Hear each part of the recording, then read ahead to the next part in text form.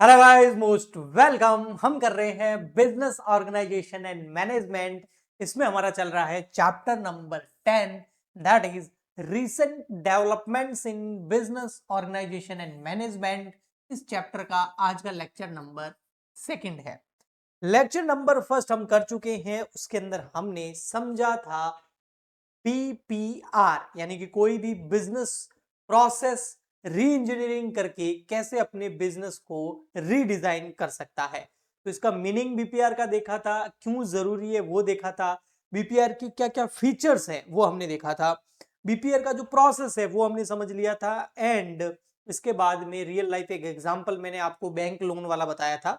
Bank loan कैसे पास होता है पहले के टाइम में, आज के टाइम में। बेनिफिट्स देख लिए थे, लिमिटेशंस देख लिए थे। आज हम नेक्स्ट टॉपिक करने वाले हैं इस चैप्टर का, और ये अपने आप में बहुत अच्छा टॉपिक है, लर्निंग ऑर्गेनाइजेशन। आज के मॉडर्न टाइम के अंदर एआई जो आने वाला है, आर्टिफिशियल इंटेलिजेंसी का जो पूरा एक इकोसिस्टम बनने वाला है, एक एज आने वाली है, उसमें ये कॉन्सेप्ट बहुत इंपॉर्टेंट है। और आप आने वाले टाइम में देखोगे कि ये जो लर्निंग ऑर्गेनाइजेशन वाला कॉन्सेप्ट है ना, इसको बहुत ज्यादा स्टडी किया जाएगा, बहुत ज्यादा ये फेमस होगा। ठीक है, क्योंकि जो एआई एज होगा, जो एआई का युग होगा, उसमें लर्निंग ऑर्गेनाइजेशन का कॉन्सेप्ट हर कंपनी को अपनाना पड़ेगा। अगर कोई भी कंपनी एआई को अपने से दूर करके सोचे कि मैं ऐसे ही चला लूं, तो वो पॉसिबल नहीं है।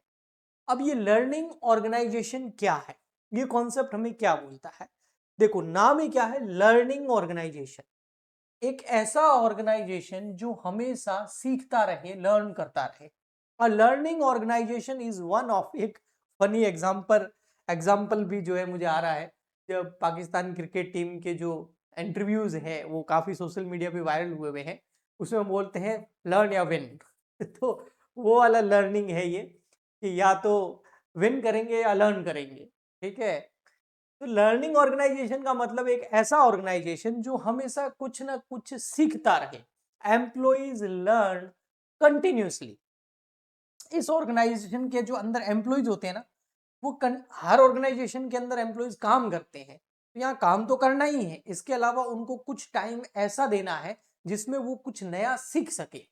वो न्यू टेक्नोलॉजी को सीखे, न्यू मेथड्स को सीखे। यानी कि एम्प्लॉइज अपनी स्किल को, अपनी एबिलिटी को, अपने एक्सपीरियंस के बेसिस पर क्या करे, इंप्रूव करे। ओके, तो employees learn continuously, organisation adopt to changes. और ऑर्गेनाइजेशन भी कैसा होगा कि कोई भी चेंज आ रहा है अपने आप को उस हिसाब से एडॉप्ट कर लेगा, ना कि उससे डरेगा। जैसे फॉर एग्जांपल बता रहा हूं, जैसे ही चैट जीपीटी आया, ओपन एआई का एक प्रोडक्ट है चैट जीपीटी। तो ओपन एआई का जब चैट जीपीटी प्रोडक्ट आया ना, तो गूगल के सामने बहुत बड़ी एक थ्रेट या एक बिजनेस कॉम्पिटिटर उसको दे गया। क्योंकि चैट जीपीटी जिस तरीके से काम करता है ना, गूगल वैसे नहीं करता था। तो यहां पर गूगल ने क्या किया, लर्निंग ऑर्गेनाइजेशन वाला कॉन्सेप्ट, कि भैया अपन को इससे भी आगे निकलना है, इसके जैसा, या आगे नहीं निकलना तो इसके बराबर तो आना ही आना है। तो उन्होंने क्या बना दिया, जेमिनी बना दिया, जो आज के टाइम में गूगल का एक बहुत ही इंपॉर्टेंट प्रोडक्ट है, जो चैट जीपीटी को सीधी टक्कर दे रहा है। आया समझ में? पहले उन्होंने एक और बनाया था, वो फेल हो गया, फिर इन्होंने गूगल जेमिनी लॉन्च कर दिया, और वो अच्छा है, अच्छा प्रोडक्ट है। तो समझे आप? तो वो क्या है कि जो भी चेंजेस हो रहे हैं उसको अडॉप्ट कर लो। अगर अडॉप्ट नहीं करोगे तो क्या होगा, मार्केट से बाहर हो जाओगे, आपकी जगह कोई और ले लेगा। ओके जी। तो लर्निंग ऑर्गेनाइजेशन के अंदर ये माना जाता है कि एम्प्लॉइज को हमेशा सीखते रहना है, कंटिन्यू सीखते रहना है। और ऑर्गेनाइजेशन के सामने, बिजनेस के सामने कोई भी न्यू चेंजेस आते हैं तो बिजनेस को उसे अडॉप्ट करना है। People collaborate and innovate. People कैसे होने चाहिए उस ऑर्गेनाइजेशन के अंदर, काम करने वाले ऑनर, मैनेजर, एम्प्लॉइज, वर्कर, सबके सब कैसे होने चाहिए, कोलैबोरेटिव होने चाहिए और इनोवेटिव होने चाहिए। Okay, this concept is important in the digital era. आज के इस आर्टिफिशियल इंटेलिजेंसी के टाइम में तो बहुत इंपॉर्टेंट है, where skill requirement change every year. पहले ऐसा नहीं होता था भैया। मैं आपको एक इजी एग्जांपल दूं। पहले एक पीढ़ी यानी कि हमारे दादा किसी बिजनेस को स्टार्ट करते थे और उनका पूरा जीवन उस बिजनेस को स्टैब्लिश करने में स्ट्रगल में निकल जाता था। फिर दादा के बेटे यानी कि फादर, वो उस बिजनेस से थोड़ा अच्छा अर्निंग करना स्टार्ट कर देते, एक अच्छे लेवल का बिजनेस जाता था। और अगर उनका बेटा यानी कि सन, वो अगर बहुत ज्यादा उस बिजनेस को आगे बढ़ा लेता, उसमें वैसी स्किल हो, तब जाके 3-4 पीढ़ियों में जाके एक बिजनेस बहुत अच्छे लेवल पे पहुंचता था। बट आज के इस डिजिटल टाइम के स्टार्टअप्स कल्चर के, इस एआई और डिजिटल दुनिया के अंदर भैया बिजनेसेस जो है वो with in 5 year 10 year top पे पहुंच जाते हैं। आया समझ में?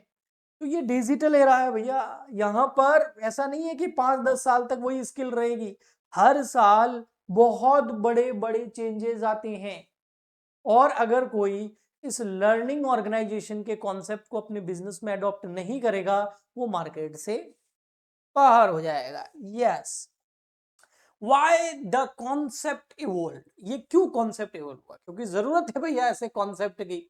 जब लगा कि बहुत सारे बिजनेसेस जो है भैया छूटते ही जा रहे हैं, क्यों छूट रहे पता किया तो भैया वो लर्न नहीं कर रहे हैं, है ना? या तो विन या तो लर्न ठीक है।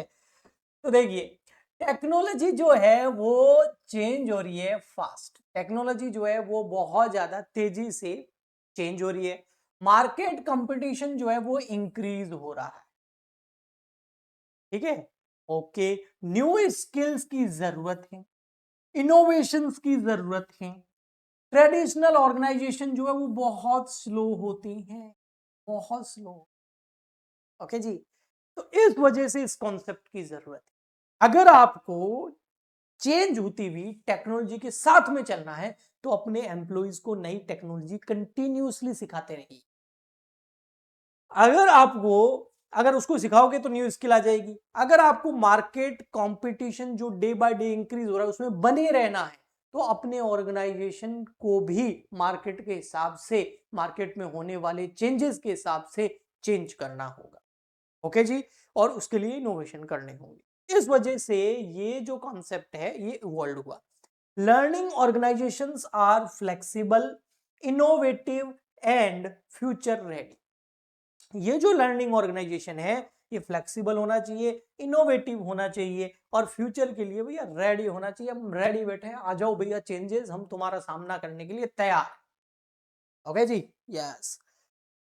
कैरेक्टरिस्टिक्स ऑफ लर्निंग ऑर्गेनाइजेशन, क्या क्या कैरेक्टरिस्टिक्स होती है? वही होगी जो हमने डेफिनेशन में देखी है। कंटिन्यूअस लर्निंग कल्चर बनाना पड़ेगा आपको अपने ऑर्गेनाइजेशन के अंदर, बिजनेस के अंदर। एक ऐसा कल्चर डेवलप करना पड़ेगा जिसमें लोग अपनी स्किल को अपग्रेड करते रहे रेगुलर बेसिस पर।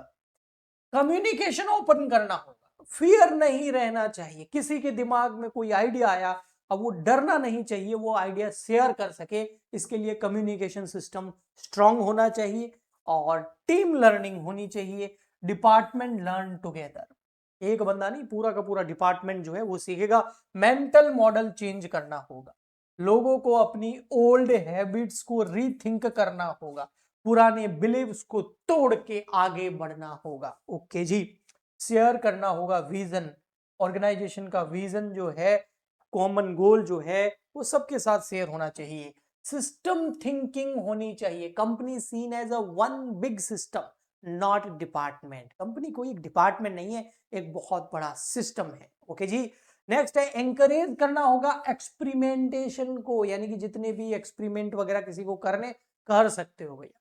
अगर वो, अच्छा इसमें फेलियर के भी डर रहते हैं जब भी इनोवेशन होता है, तो उससे घबराना नहीं है। अगर कोई फेल हो भी जाता है तो उसको आगे बढ़, है ना? जैसे इसरो में एक मिशन बीच में फेल हो गया था, आपको पता हो तो, फिर बाद में तो मार्स मिशन सक्सेसफुल हो गया, लेकिन उससे पहले कोई मिशन ही फेल हो गया था, है ना?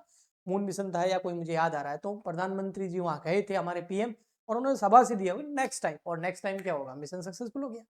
आया समझ में? ऐसे नॉलेज शेयरिंग होना चाहिए, बिल्कुल। Document learning, share with others, छुपाना नहीं है कुछ भी, सबको सिखाओ, आगे बढ़ाओ।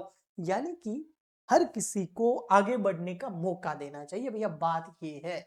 अगर ऐसा नहीं होता तो सुंदर पिचई कभी भी गूगल कंपनी का सीईओ नहीं बन पाता, अगर वहां पर पॉलिटिक्स इस लेवल की हो।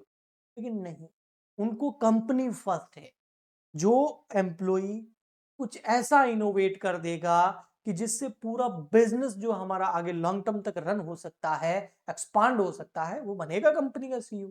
आगे आएगा बिल्कुल, हो तो रोकना नहीं है। ओके जी। स्नेज 5 डिसिप्लिन है इसके लिए। सबसे फर्स्ट है पर्सनल मिस्ट्री, यानी कि इंप्रूव करो खुद की स्किल। हर पर्सन को अपनी स्किल को इंप्रूव करना है। मेंटल मॉडल्स, यानी कि चेंज करो ओल्ड थिंकिंग को, रीथिंकिंग करो। ठीक है जी। नेक्स्ट है team learning, learn as a group. Okay. Shared vision, यानी कि कॉमन लॉन्ग टर्म गोल होने चाहिए जो सबको पता होनी चाहिए। सिस्टमेटिक थिंकिंग, यानी कि इंटरकनेक्टेड होना चाहिए ऑर्गेनाइजेशन पूरा। तो ये स्नेज 5 डिसिप्लिन अगर फॉलो करते हो तो आप लर्निंग ऑर्गेनाइजेशन बन जाओगे। आपकी ऑर्गेनाइजेशन लर्निंग ऑर्गेनाइजेशन बन जाएगी। रियल एग्जांपल कुछ देखें तो इन्फोसिस का मिलता है, ये world's largest corporate training centre है।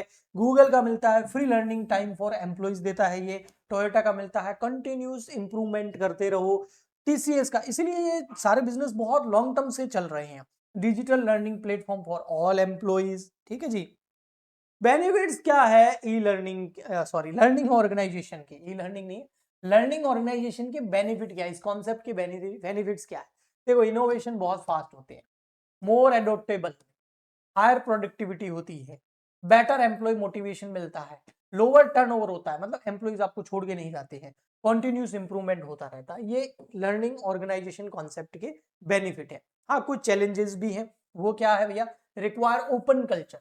इसके लिए ओपन कल्चर चाहिए भैया। कोई भी किसी को सजेशन दे सकता है, एडवाइस दे सकता है, फीडबैक दे सकता है। ओपन कम्युनिकेशन होना चाहिए। ओके जी।